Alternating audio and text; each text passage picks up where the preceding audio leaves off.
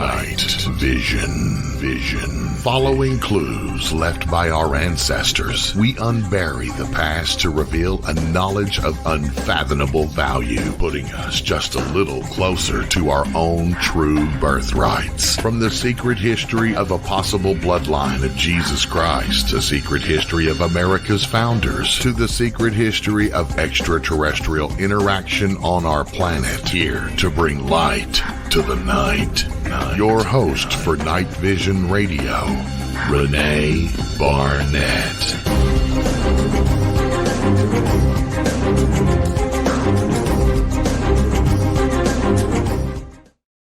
Hi, everybody. Thanks so much for joining us today on Night Vision. We've got a special show planned. Some of you may have seen our previous show, which was on the Knights Templar. And the information that our historian James Martin has put together is just so extensive that we decided to extend that and do a part 2, the Knights Templar, the beginning of the end, part 2. So without further ado, let's bring on James Martin and see what he's up to. Hello. Hi, Renee. Well, I'm currently doing a radio show, I think, but there we go. Are you staying cool? I know it's terribly hot where you're located. Yeah, as best as I can do, yes. And I just fair warning, I'm working under duress here. I've got dogs in the room with me. I had no one to watch the dogs, and if I put them out, they're just going to bark, scratch, and be terrible. So if you see me disappear, you'll know exactly. Well, you probably hear exactly what's going on over here. Utter chaos. But anyhow, there's a couple things I wanted to mention. First of all, we've got a little bit of an unusual situation here today in that we have a studio audience with us, and they're all they're a group of Rennies plus Heather. Rennie's and a medium, and so they're going to be watching the show and possibly sending us some questions and comments. But we wanted to say welcome to them, and really glad to have you guys with us. And we'll see you right after the show for some more discussion off the air. So anyhow, James, we've been mentioning over the last weeks, the GoFundMe drive for John Yost, our colleague, who is a film producer, and he produced the film, directed, and was the major subject of the film called Alien Abduction Answers. And not long after that film was released, and in fact, on the very day that we were doing a live stream with John on KJRADB. We streamed the movie for our audience. That very day, he had gotten some very bad news medically and was diagnosed with pancreatic cancer. And it was pretty far along. So anyhow, his sons have set up a GoFundMe account. And I've just received an update on August 21st. So I kind of like to share that with you guys, and so that you can see what's been going on, how the donations have been helping, and also just a reminder that this treatment is ongoing and very, very expensive. And unfortunately, here in America, we have to pay to be cared for a lot of times, and I don't believe that's the right way to be, but we have to help each other out because the government just doesn't do it for us in this country. So maybe one day that'll change, hopefully. I know a lot of people odd feelings about that, but I don't understand why anybody would ever turn down free health care. As you know, James, I just had an incident in France where I was in an accident and was completely taken care of, just unbelievably well. And, my biggest shock and surprise was I didn't owe anybody any money. And in fact, the paramedics, I think had a bit of a laugh about it because I was expecting to pay. They go, it's free, it's rats. And I was like, oh my gosh, this really does make a difference, in people's everyday lives. The last thing we think about in Europe is how much is this going to cost when we go to, when we go to a hospital or receive treatment. It's just very. I just remember when that happened, just thinking, this is so unusual. Why are you asking about payment? I don't understand. Got insurance, I was saying. Yeah, it was crazy.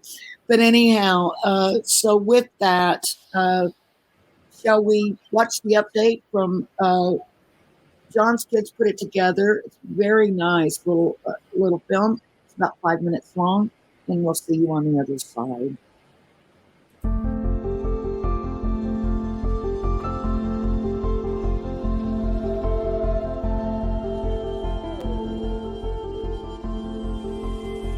Our dad faced a traumatic time when his father left him and his 5 siblings. He was only 9.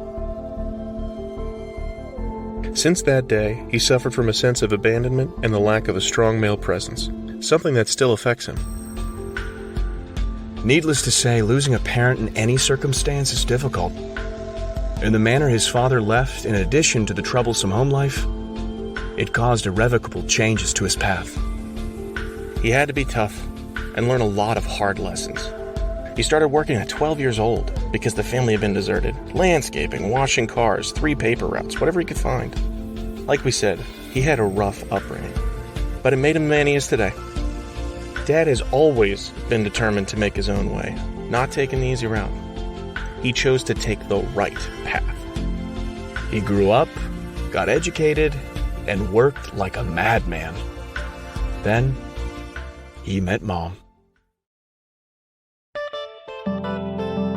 So, my mom and dad, when they were doing theater together, my dad was very, very nervous about going on stage, and my mom kept asking him, "Why are you so nervous? You've done this song so many times, it's not a problem, don't worry about it, you'll be great." But he's still so nervous, doesn't know why.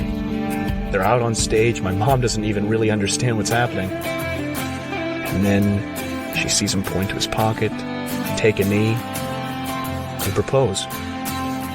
And then the 2 old ladies, they started to laugh and say, "I think he's proposing." They've been married for over 30 years. They're inseparable. Then, we came into the picture. Dad had made a very important decision. Never leave us like his father left him. He was always there. First day of school, basketball and rugby games, performances, graduations, everything. Somehow he and Mom financed private education so we could have a better life than he had. Dad was always there to help fix and advise us. As we grew up, got married, and started our lives. It was a complete shock when we found out Dad had developed pancreatic cancer. The doctors gave him 11 months to live. A death sentence. The next day Dad was working in the yard. When I asked him what he was doing, he looked me right in the eye and he said that he was going to teach us how to do this too. We felt helpless. Mom was filled with dread and grief, but Dad did what he always does. He made a decision. He and Mom prayed and looked for a different answer. They found it. A clinic in Arizona, Envita Medical Center, that had great successes with fending off cancer over the last 20 years. We had hope, and we all clung to that. The only time that Dad ever broke down. It was so difficult to watch. This was when we realized just how expensive the treatments were going to be. It was going to bankrupt the whole family. For the first time in his life, he needed our help. He couldn't give us anything. He couldn't provide, and we as a family couldn't come up with the money to help Dad. Even with everything that we could scrape together, we still were $200,000 short. That's when we decided to create a GoFundMe. The response has been tremendous. We were able to move Dad and Mom to Arizona, and he's started treatment. The fantastic news is that he's getting better. The problem, we haven't been able to raise the full amount. We're afraid that we can't get Dad to the finish line because of the remaining necessary funds. We're asking you to help save our dad. Please. Every penny helps. Thank you. Thank you for saving our dad's life.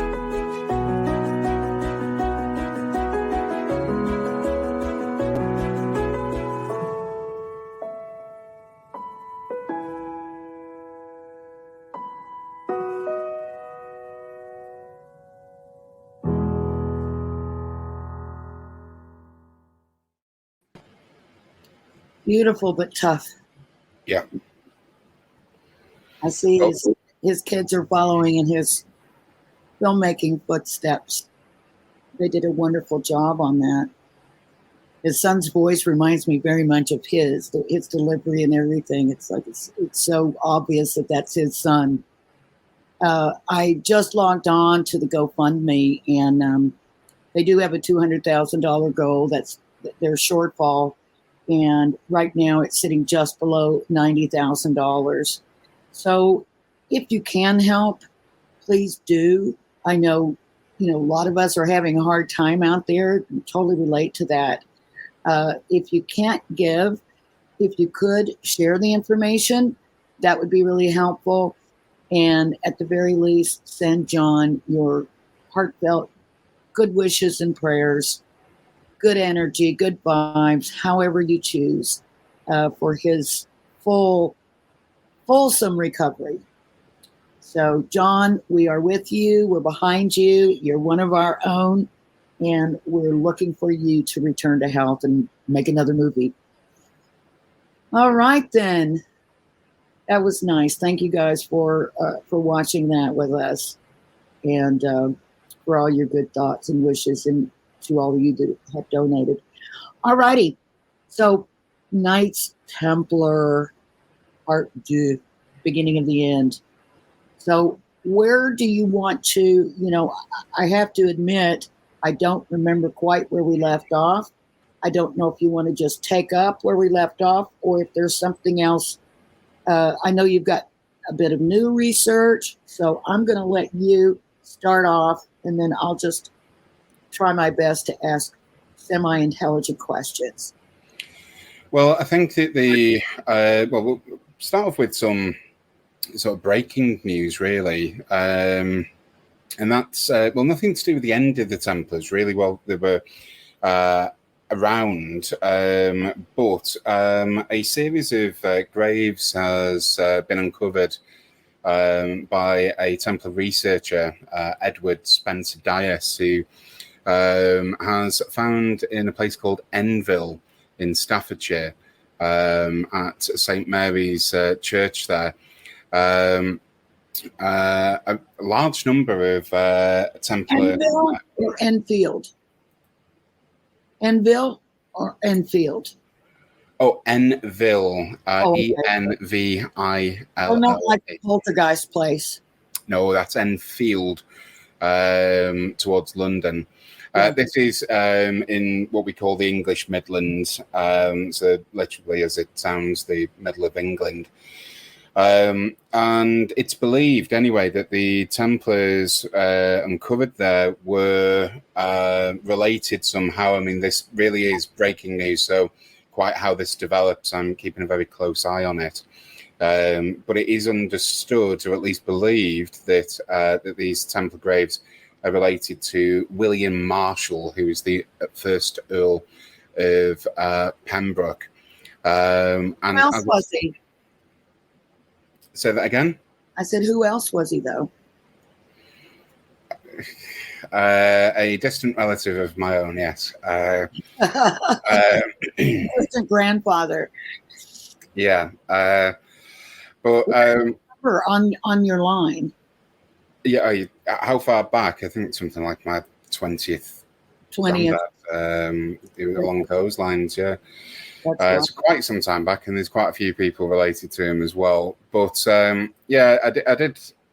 You know, I'm currently doing a little bit of research into William Marshall. He was quite an important player in the order. I mean, he didn't actually, from what I remember at least in research, he didn't actually join the order until he was about to pass.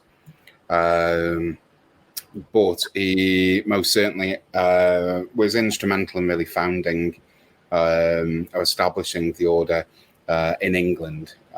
So yeah, just to you know, this will be another show, I think. But you know, at the minute, these have just been found. It has made the press quite a few of the newspapers in Britain and internationally, including in France and across Europe, have picked this story up because it is it's unusual. I think the next steps of the research, however, are now moving to the Vatican to see if they have any records of who these Templars actually are, and you know how they sort of played a part and all the rest of it. So, yeah, we have another place to put on the map. It was already acknowledged that this church was very closely related to the Knights, but yeah, finding a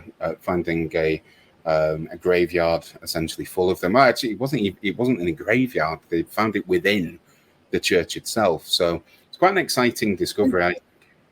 How was it that they ended up finding it? Were they looking, or were they doing something else and they came across it? Do you know the story?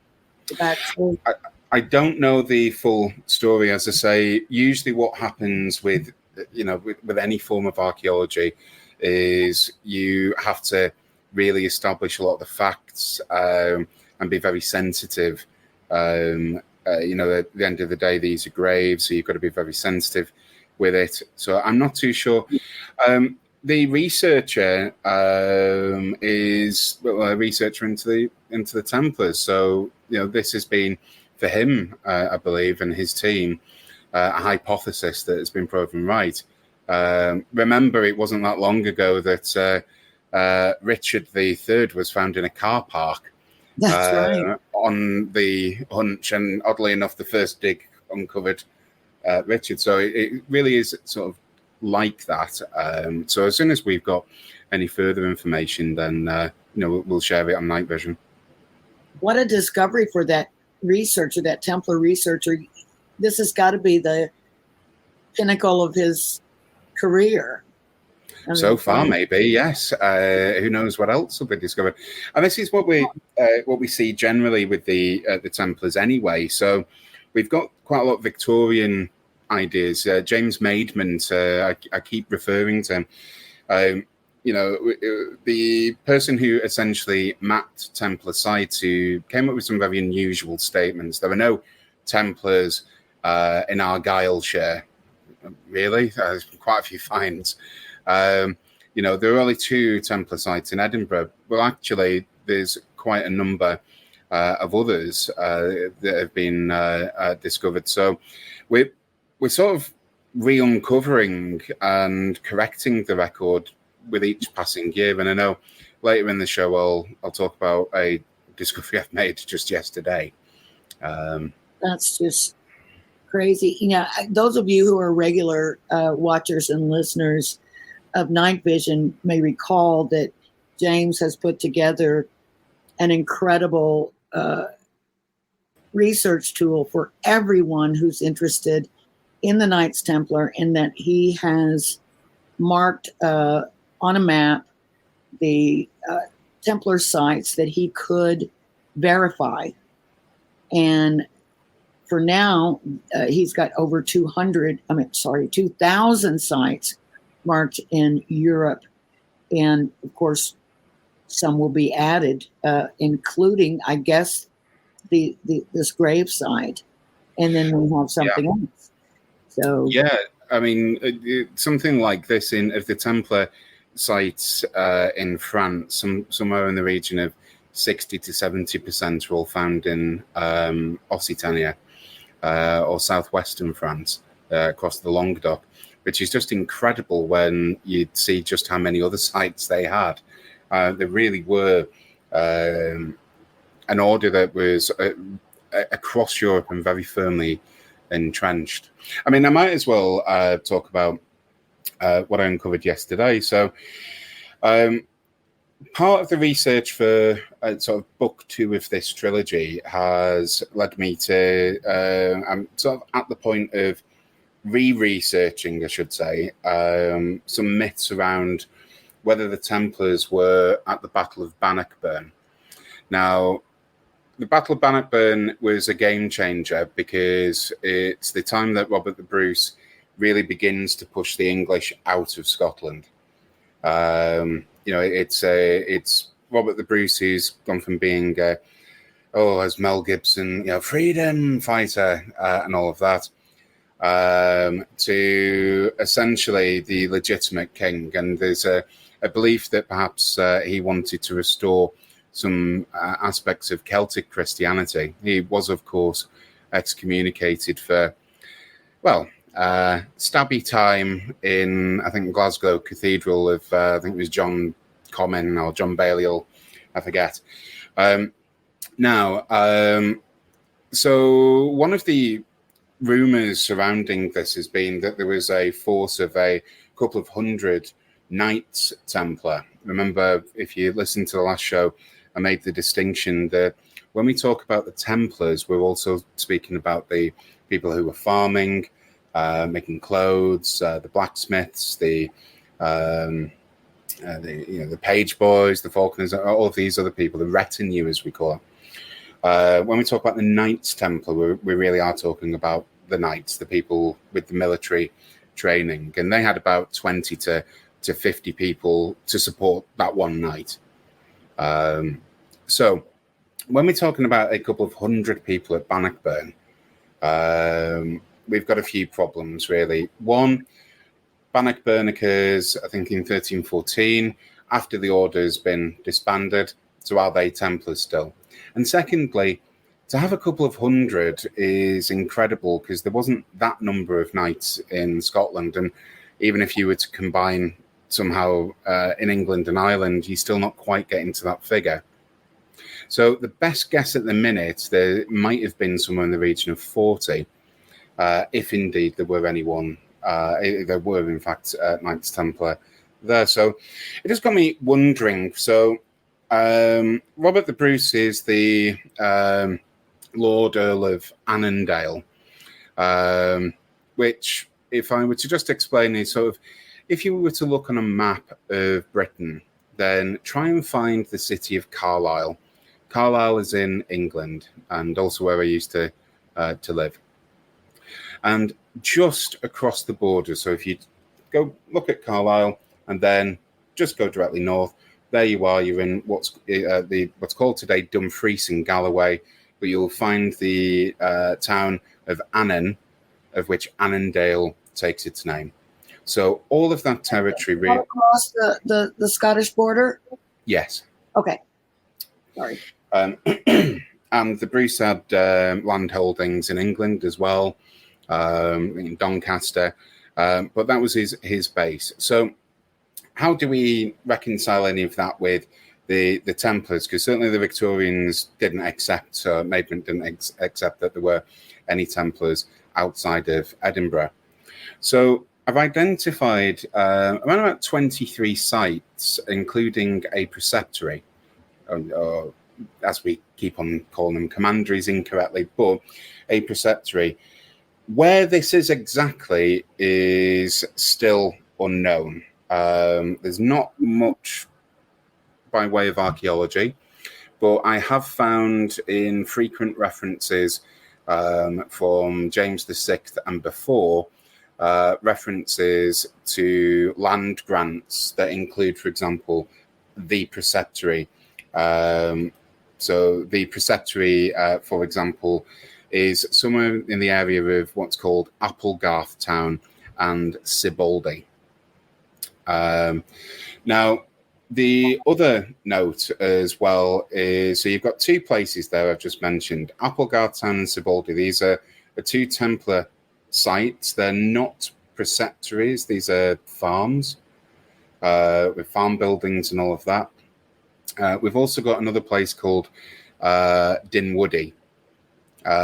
So, like I say, these are, I'm not listing all of the places that I've found, but all within the vicinity of Annan. And they were all granted by a Scottish clan, or if you're in England, we would call them a border reaving clan, called Clan Carruthers. Now, Clan Carruthers were one of the first clans to actively support Robert the Bruce. They held lands around Annandale, and Dumfries, etc. So in the same vicinity, they would almost certainly have, gotten along with each other, and that really is the reason for the support. We're supporting the king from Robert the Bruce from our area. But the Clan Carruthers were responsible for donating all of the land over to the Templars in the areas that I've just described, including, by the way, a place, an entire town that was donated essentially called Moffat. That's Moffat. And there is, it's on private property, by the way, so please do not go try and find this or go onto private land or anything like this. But there is a chapel that was built by the Templars under the name of St. Cuthbert's Chapel in Moffat. And I do have, it's a little bit of an old picture, but I do have a picture for those who are watching the show as opposed to listening. Unfortunately, if you're listening, you're just going to have to imagine, an old window, essentially. But for those watching the show, you can see very clearly that this is the remnants of a chapel. Amazing.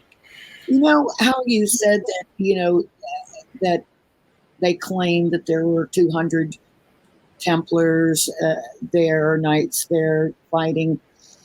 But wasn't that sort of commonly done when people were writing down accounts of battles? Didn't they often exaggerate the number of fighters that were actually there to sort of big up their victory or whatever it was, or maybe give an excuse for their defeat?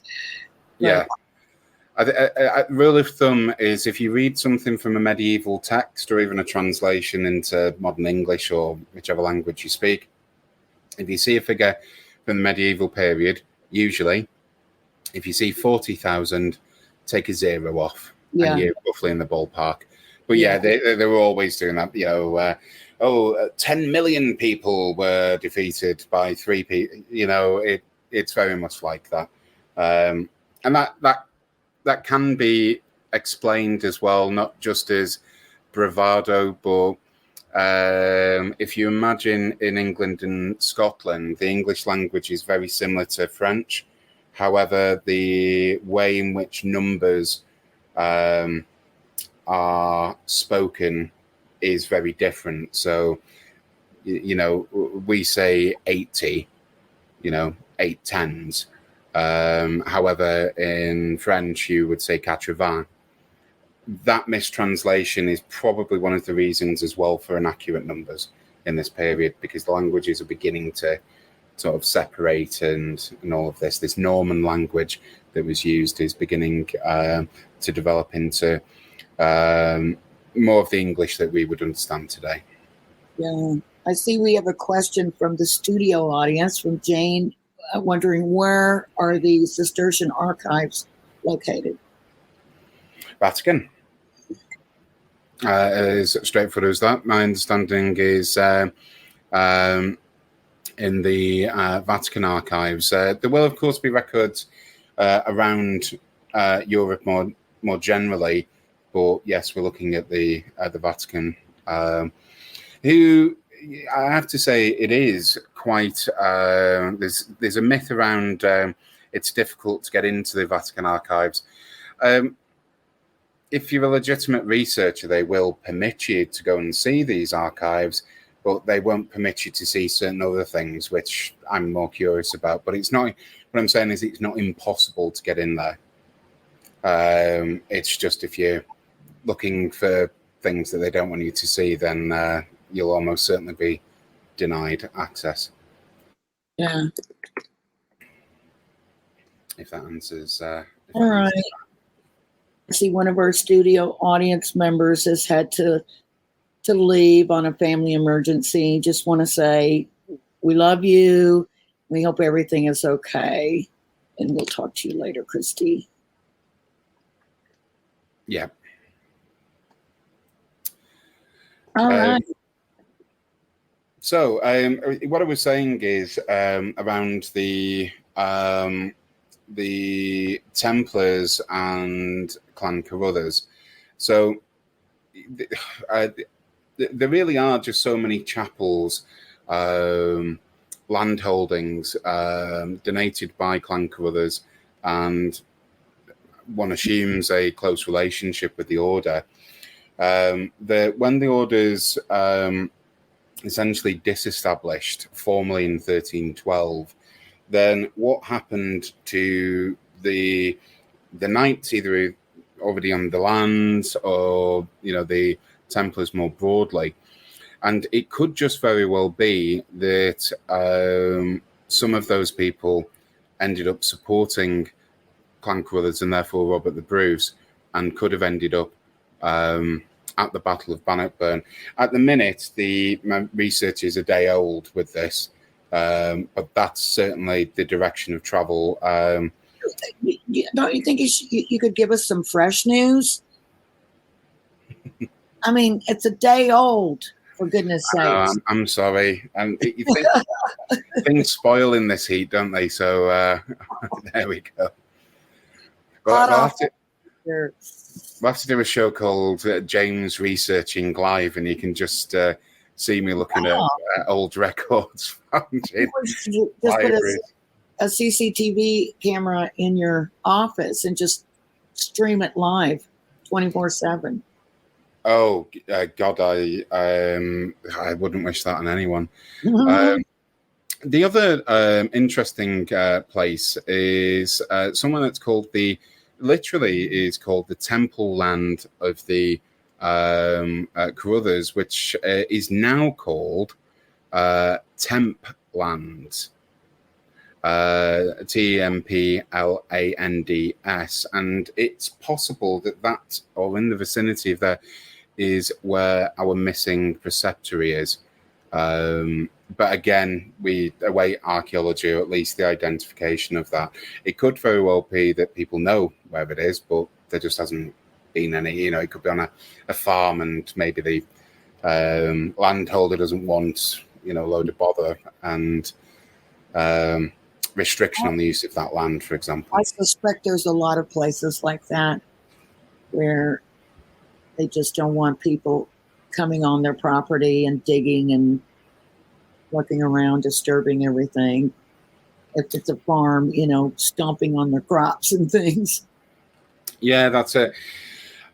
So I know for our listeners in the States, I've mentioned quite a few places. What I just need you to sort of understand is all of the places I've mentioned, and there's many others, they're all within, firstly, within touching distance of a Cistercian chapel, which I know will be interesting for some people.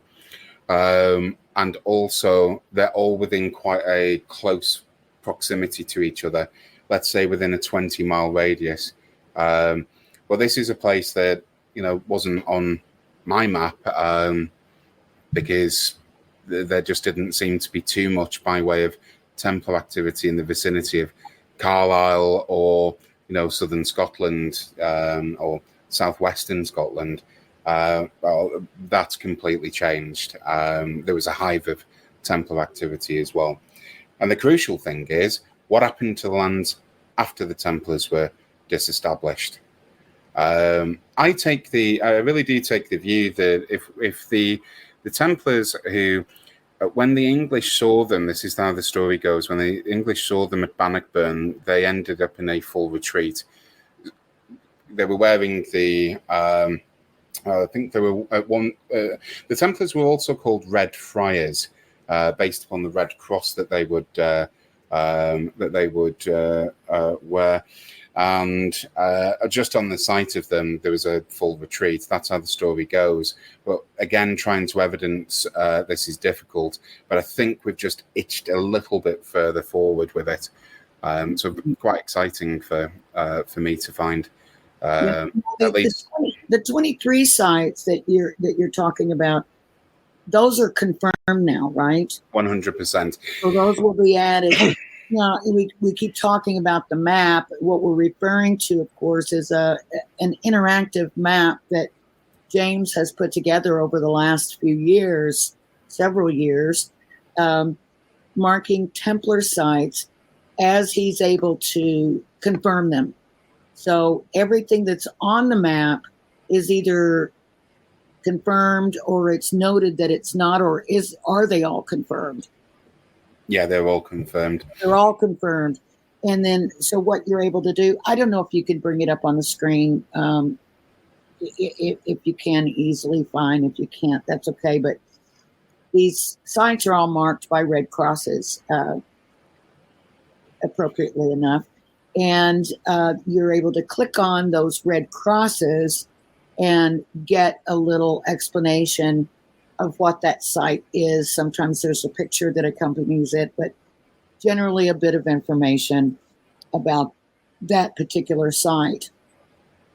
And am I correct that we're going to be posting that for consumption on the new Rennie site? Yeah, 100%. It will be up and online. I'll just say shortly.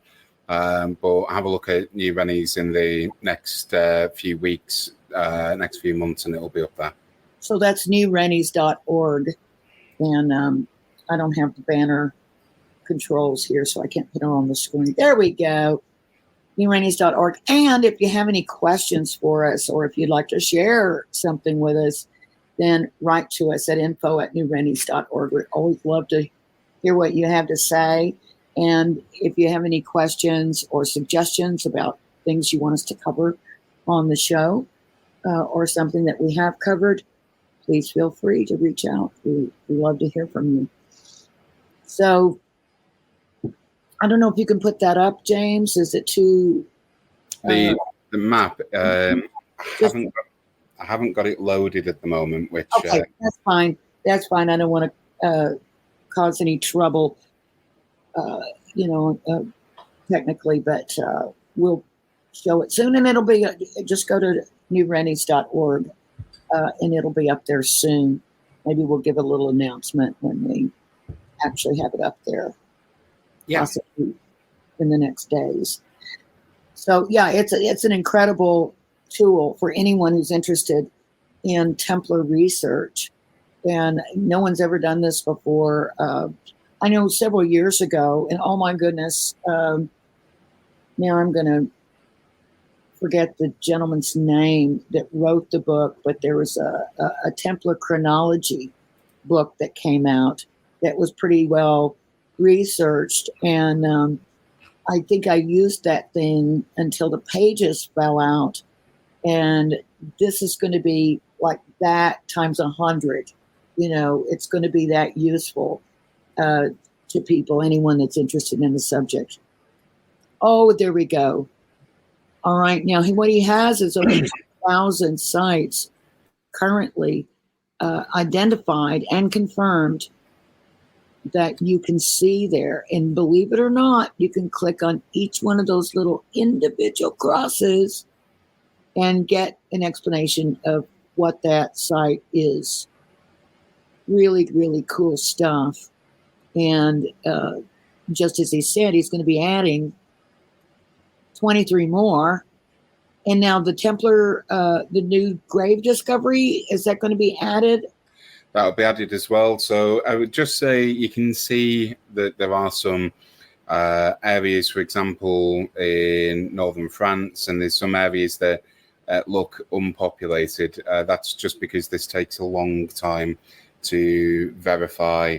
So if you can see sort of around here, I feel like a weatherman now, but you can see around here, there's some areas with obvious blank spaces. I still am adding to France, Spain, northern Italy. The Netherlands, Belgium are completed.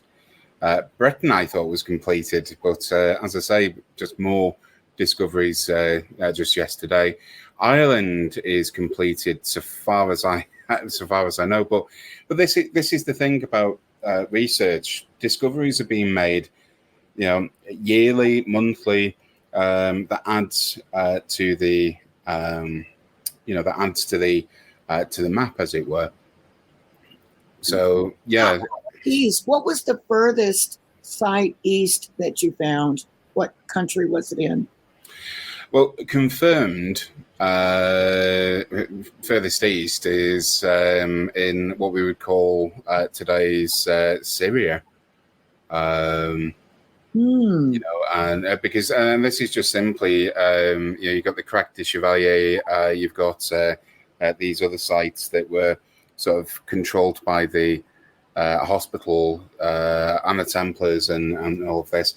I'll just explain with this. When the First Crusade occurred, there was a few strategic problems. Namely, they only occupied a very thin slither. I'll tell you, I'll bring up the map just once more so I can show you really where I'm referring. So the Templars... the Templars, the Crusaders really only occupied a very thin slither of land. Now, up here you had the Roman Empire, the Eastern Roman Empire, sometimes, to my chagrin, called the Byzantine Empire. They certainly would not have called themselves that. They'd have called themselves Romans.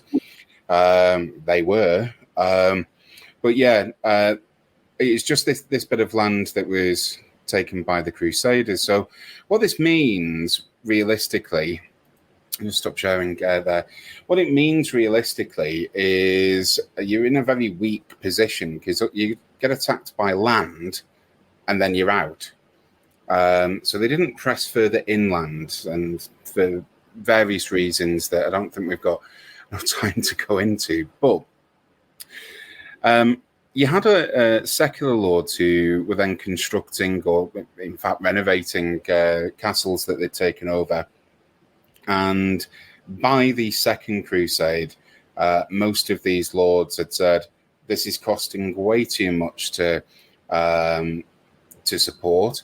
They're having to get money, and grain and supplies shipped in to support their living at their castles. So a lot of the lords said, we're off back to France, we're off back to England.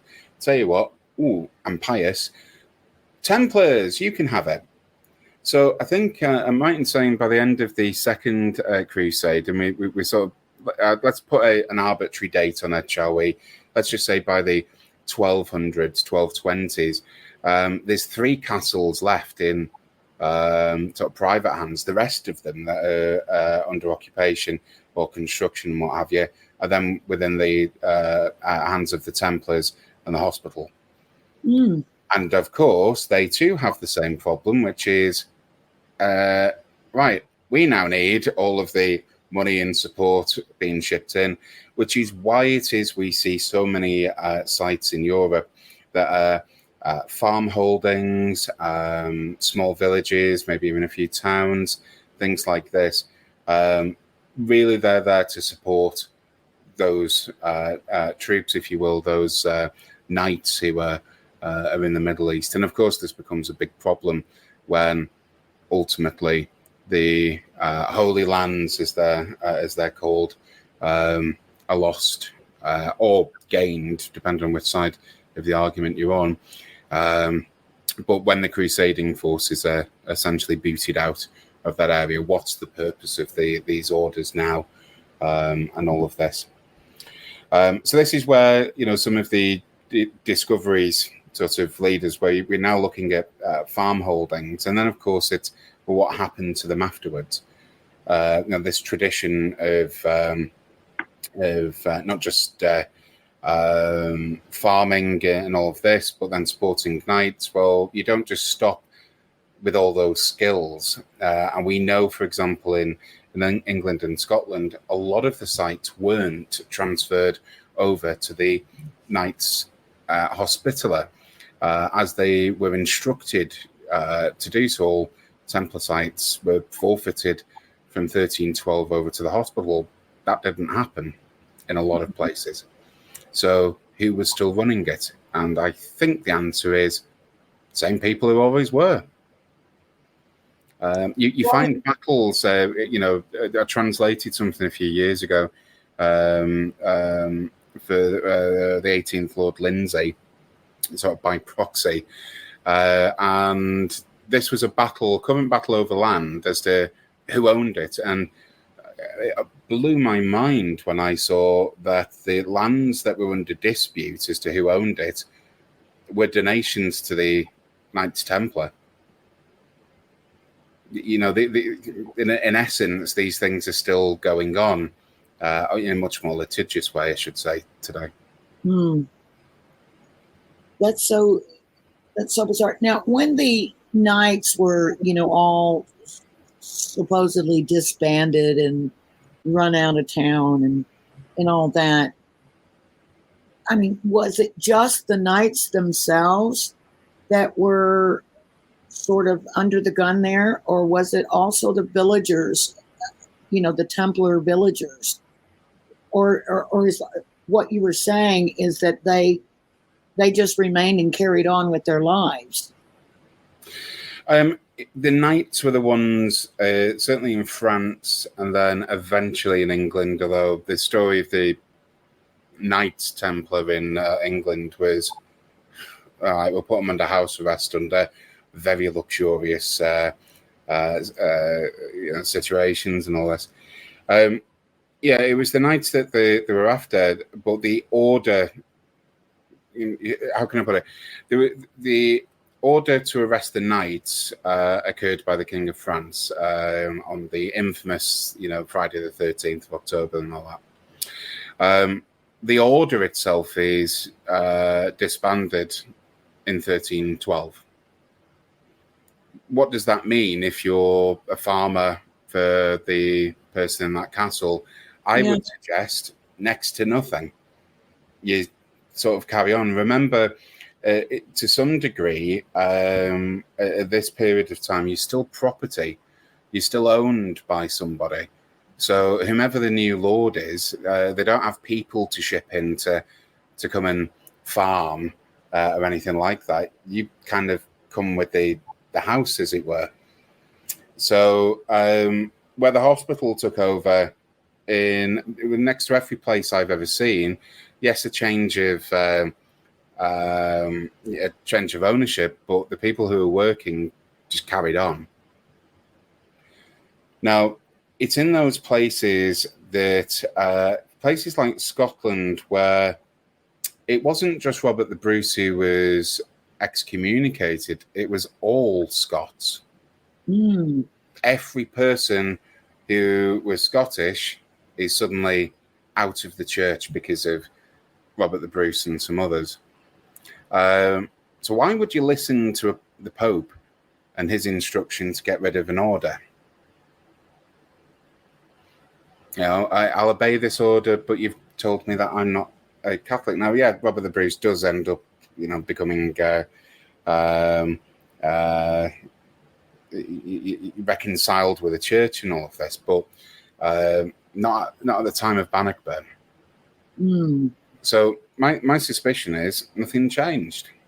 And in fact, even with this nothing changed, some of the traditions that come up from the Templars still remained. Just tell you very quickly, Renee, about a trip to Reims Cathedral, which again blew my mind, and just shows some some images for everyone. So this is in the Cathedral of Reims, and what you can see is essentially something that was put together as a sculpture, life-size sculpture, in 1531. Now, you can see quite clearly there is what looks like a Templar cross. And not only that, there's some very interesting stuff going on with an exceptionally heavily pregnant-looking Mary Magdalene, who has her hands raised in such a position that this was it was a gesture that some Freemasons today use at funerals. In essence, it's a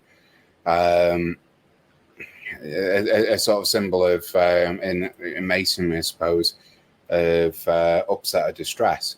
Lamenting, Now, here's the thing. Yeah, okay, the Templars had long gone by the 1530s, but the sculpture was made for the old Templar commandery or preceptory at Reims. So it sort of bridging that gap maybe between modern Freemasonry and the Templars. There's a few other things. I should bring up the pictures once more.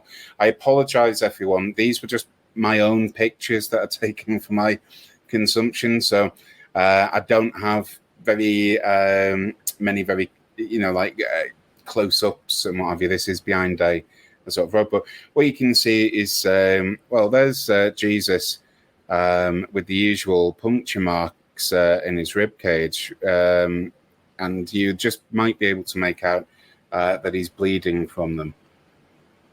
Yeah. And which means he's not dead. Which means he's not dead. And again, we have Mary Magdalene there, who is centerfold in this sculpture. Doesn't look I don't wish to be cruel, but she looks heavily pregnant to me. Mm. I think she does. She does. A little bit hard pressed to make another argument. I've seen that same depiction somewhere else. I'm going to have to go back through my years of photos, and I'd love to see if I'm recalling that correctly. Here was something else I didn't expect to see on the ceiling of Reims Cathedral. Now, a good part of that cathedral was destroyed in World War I. However, you can visibly tell the places that were reconstructed versus the things that hadn't been destroyed. So I just took a picture of the ceiling, and still trying to do a little bit more research on this. But what you've got here is an engraved cross, which you usually associate with Clan Sinclair, or the Erskine branch of the Sinclair family. And they were everywhere. So again, it sort of sparks the imagination down history that, were there groups of survivors with that now secret tradition, maybe, or sacred tradition, you could argue, from the Templars, still, hiding things in plain sight. And this is one of the things that we see after the order has gone, the explosion of symbology. And, in a time of increasing persecution from the Templars in 1312 onwards, you see an explosion of symbols that we're just really beginning to decode properly today. Well, that's it. Now, I know this is what we're talking about today is part of book 2, right? Of the trilogy that's forthcoming. And there we go. So that's number 2. But there are 3, and they are going to be coming out sometime in the hopefully not too distant future. But also, I so meant to have my book here to hold up. Jay, do you have a photograph? There we go. Thank you so much. Okay, so this book is by Tim Wallace Murphy, our dear late friend, and James Martin. And it is called Uncharted, a rediscovered history of voyages to the Americas before Columbus. And that book is finished and on sale wherever you buy fine books. And we had a question from the gallery. I've just spotted that we've not much time left about, so total non sequitur about the Westford Knight and the Newport Tower. We have explained a little bit in that book. However, the Westford Knight and that area. Talking about the Westford Knight in Connecticut, which is a carving in a stone that looks like a knight with a sword. Well, actually, you can take rubbings of it, and what you can see very clearly is the shield and the Scottish clan represented in that shield is from Clan Gun, Gun. And that, for me, gives quite a bit of insight as to the Newport Tower. I was just going to say, yeah, the Westford Knight is in Massachusetts. Yes. Sorry, Jane. I did know that. And the Newport Tower, yes, is in Rhode Island. Yeah, and just that area, I believe, is what the Norse used to refer to as Vinland. And we know about, the Sinclair family, Gunn family had relations with that sounds a bit biblical, doesn't it? Had a relationship with the Templar Order, a mixed one, actually. The Sinclairs testified against the Templars when they were getting disbanded. Others were prominent members of the order.